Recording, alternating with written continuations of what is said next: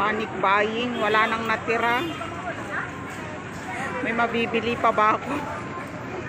Ay, mag-ibagyo kasi bukas. T8 daw. Oh, ayan, wala nang mabili. Nagpanic buying ng mga tao, wala nang mabili sa market. Grabe. Ano naman ang ano ko? Wala nang mga gulay. Ayan na lang yung mga natira-tira. Nagpanic buying ng lahat. Late na pala ako nag-market. Ano pang bibilin ko?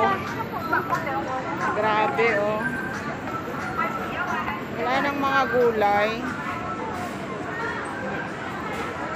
Wala pati dito. Wala na. Hindi na.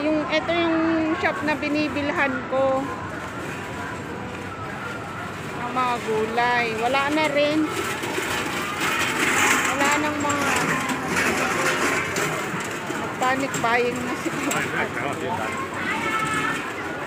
Ang bibilin ko, wala na. Empty na lahat. Talagang pag ganitong may bagyo, mga tao talagang grabe ang panic buying. Ay, grabe. Wala nang mabiling mga gulay. Halos, ano na. Wala na talaga, oh.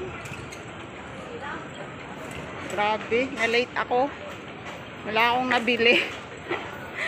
Ay, paano ba yan? Wala na akong nabili. Nag-panic buying lahat.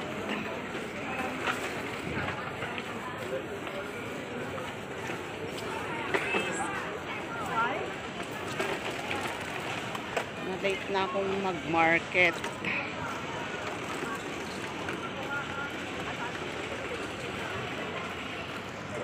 Ayan lang yung nabili ko sa market kasi wala nang mabiling mga gulay.